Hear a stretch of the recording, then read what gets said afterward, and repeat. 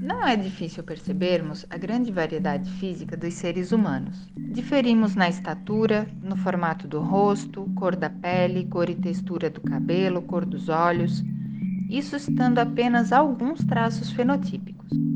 Algumas dessas características variam conforme a distribuição geográfica da nossa espécie, assim como suas culturas também são bastante diversas ao redor do planeta.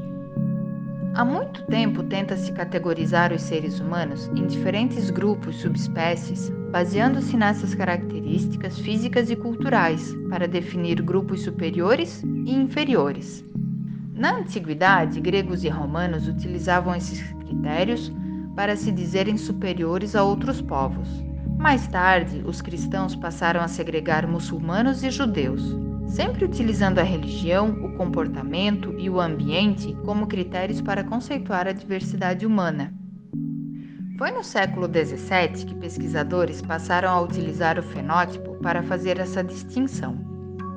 Um dos primeiros cientistas a fazer essa classificação foi Carlos Linneu, que dividiu a espécie humana em 4 grupos, com base na sua localização geográfica e cor da pele.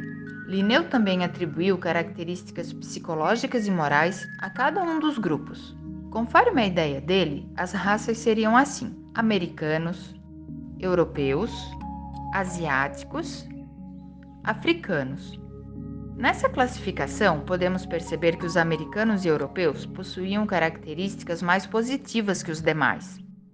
Mais tarde, utilizou-se a craniometria para designar as raças superiores, onde os crânios menores, como os dos europeus, designavam pessoas mais inteligentes, mais bonitas, enquanto os que tinham crânios maiores, como os africanos, eram julgados como raças inferiores, pouco inteligentes, de traços feios. Dessa forma, reforçava-se uma hierarquia social, onde sempre determinado grupo social dizia-se superior a outros. Isso foi muito utilizado no período das escravizações de negros e indígenas, por exemplo.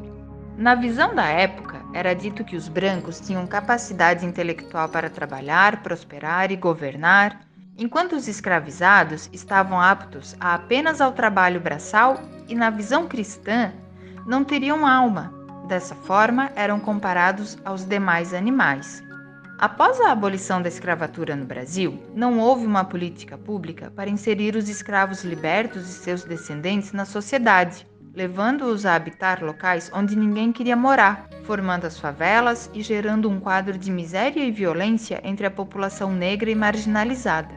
Com os avanços científicos, passou-se a utilizar a genética para reforçar essas ideias, afirmando que as raças inferiores sempre foram e assim permaneceriam por conta do seu genótipo. A todas essas ideias chamamos de racismo científico. Em 1972, o cientista Richard Levotin realizou um estudo genético a partir de 7 grupos raciais, que eram aceitos por antropólogos. Ele coletou dados genéticos de indivíduos de cada um desses grupos e comparou as semelhanças genéticas entre indivíduos que pertenciam a uma mesma raça com aqueles indivíduos de raças diferentes. O resultado foi bastante diferente do que as ideias antigas afirmavam, mostrando que praticamente não havia diferença entre os indivíduos. Então, a ideia de que os indivíduos de uma raça seriam geneticamente semelhantes entre si e bastante diferente dos indivíduos de outras raças perdeu a validade. Mais recentemente, esse estudo foi repetido, utilizando uma quantidade maior de indivíduos, e chegou-se à mesma conclusão. Falado isso, podemos concluir que a determinação de raças humanas é uma construção social, geralmente associada a poder e dominação. Boa parte dessas descrições eram feitas a partir de diários de viajantes que descreviam o que viam em outros lugares, e eram carregados com seus próprios julgamentos de valores e de aparência, mostrando como essas descrições científicas eram muito mais baseadas na filosofia, localização geográfica e circunstância econômica de quem descrevia do que na real variedade de grupos humanos. E apesar de terem sido invalidadas cientificamente mais tarde, tiveram muita influência na construção dos valores sociais das gerações seguintes. Continuamos ouvindo afirmações sobre a existência de raças humanas, inclusive vinda de cientistas conhecidos mundialmente por seus estudos. Nos deparamos com situações onde pessoas são pré-julgadas, agredidas de várias formas por conta da sua cor da pele, textura do cabelo, região de origem ou religião.